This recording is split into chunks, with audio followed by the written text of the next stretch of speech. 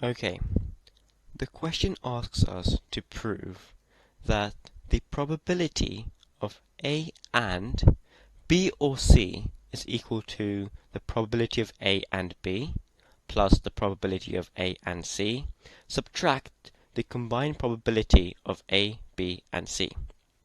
Just as a quick reminder, let's go over some notation. The OR is represented by the union symbol, while the AND is represented by the intersection symbol, so the cap shape, or also represented by a comma, as we can see in the actual question itself. So the AND is represented by the comma, and the OR is represented by the word OR itself. So personally, I'm not a fan of using English words in mathematical proofs. So let's replace the OR with the union symbol.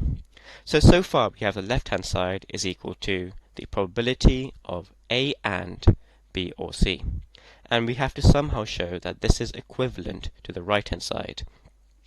Okay, so as the first step, we can do something I call expanding the brackets. So here we have exploited something called distributivity of the union and intersection symbols. So we are saying A and B or C is equivalent to A and B or A and C, i.e. expanding the brackets, in a similar way you might do with the multiplication symbol and the addition symbol.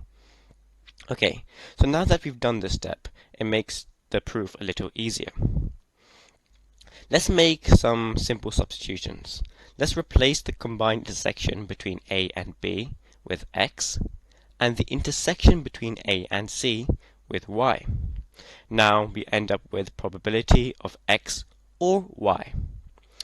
If you recall from the Venn diagrams we've explored in previous questions, that we know a relationship between probability of x or y and probability of x and y. The relationship can be easily derived from the Venn diagram to be that the probability of x or y is equal to the probability of x, the circle of x, plus the probability of y, the circle of y, minus one loss of probability of x and y, because we have double counted the shared area. Now let's substitute back in the values of x and y that we had used to de-substitute them in the first place. So we can say that the probability of x plus probability of y minus probability of x and y is equivalent to the probability of A and B plus the probability of A and C minus the probability of A and B and A and C. Now we are very close to the actual right-hand side, as we can see from the top line. But we have this extra A in our final term. But let's consider what we mean by, for example, probability of x and x. Intersecting an event or a random variable with itself is exactly the same as the event on its own. So we can just eliminate this additional A. So we end up with probability of A and B plus the probability of A and C minus the probability of A and B and C, which is our right-hand side. Great.